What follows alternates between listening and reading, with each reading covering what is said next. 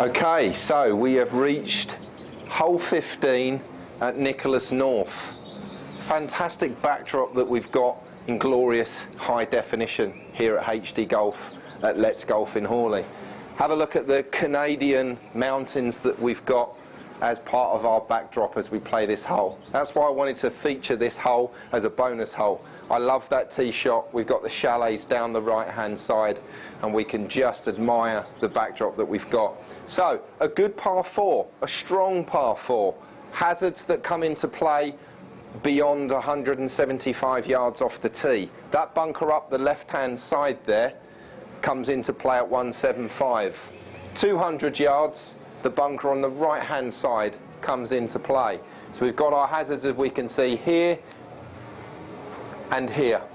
Okay, so we're looking at trying to play the ball a little bit more sort of middle to maybe left half of the fairway, which is going to give us a straighter shot into that green.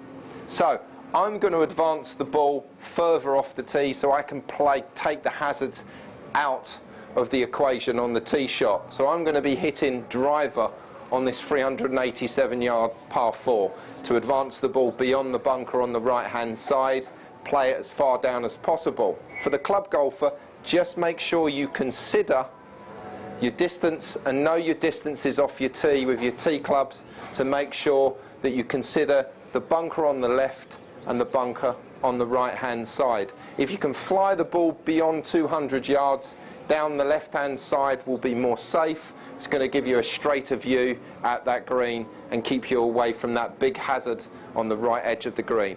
So, club of choice for me, driver off the tee. Distance between 280 and 290.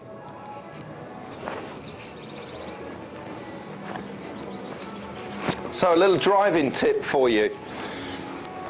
A good friend of mine just had a recent article in Today's Golfer, Lee Cox, specialises in long driving. Great tip, he had an impact bag showing how to hit, how to get the correct spin loft, which is the attack angle of the club and the angle of loft that you show the golf ball through impact, making sure that you get the correct spin loft to A, launch the ball, and then spin the ball correctly to make it climb, so you get that correct trajectory and get that ball up in the air high enough and keep it up there long enough.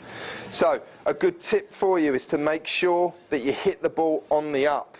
So you can see here I'm just going to push down on the toes of my right foot and I'm going to turn my belt buckle out of the way so that I can get the shaft leaning forwards just a fraction, but the ascending angle of the club going upwards into the golf ball, so I can reach impact with the club halfway, get the ball just part way up on the club face wall. We want it just above centre to allow us to get that loft and that launch and the correct spin.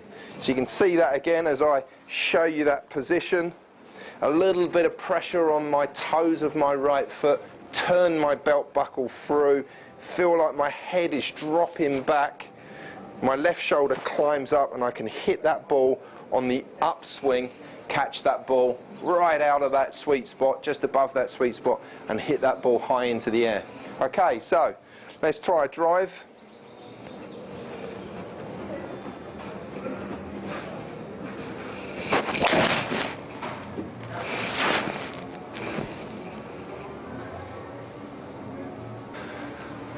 Okay, so I've hit that one straight down the middle. I've given myself a nice straight shot into that green. Distance was between my just under 280, but between my 280 and 290 is what I estimate with my tee shot with the driver. So I'd be happy with that.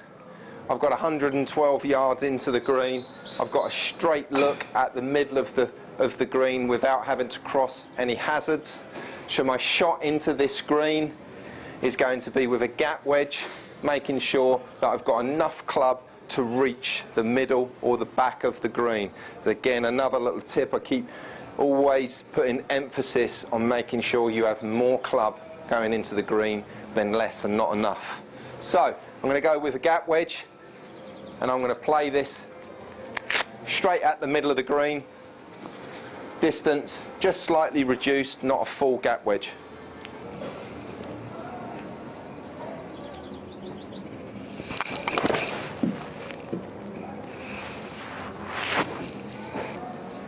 Okay, so knocked it just inside of 15 feet. Be happy with that. So, that little reduction in club length there, coming down, getting my glove hand at the middle of the handle and my right hand down the bottom half, allowed me just to reduce the leverage that I can create with the club and reduce my speed and ultimately my distance that I hit the ball. So I've got a little just under 15 feet then, 14.4 feet.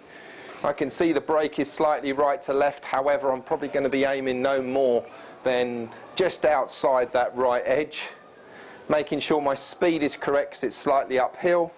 So I'm going to get a good line. I'm going to pick a spot in front of the golf ball about 6 inches on that line just right of the hole, and then get the correct speed to roll this ball 15 feet.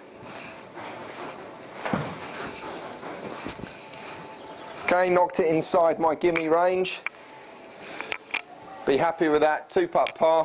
A little bit of practice, I think, for this driving range pro on my short game. However, 2-putt par is I'd be happy with a bit more putting practice. I'd be putting that in one.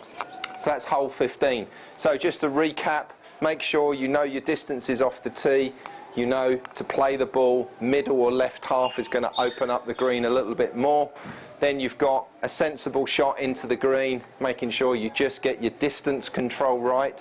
If you're having to reduce the distance, make sure that little tip I showed you about gripping down the handle.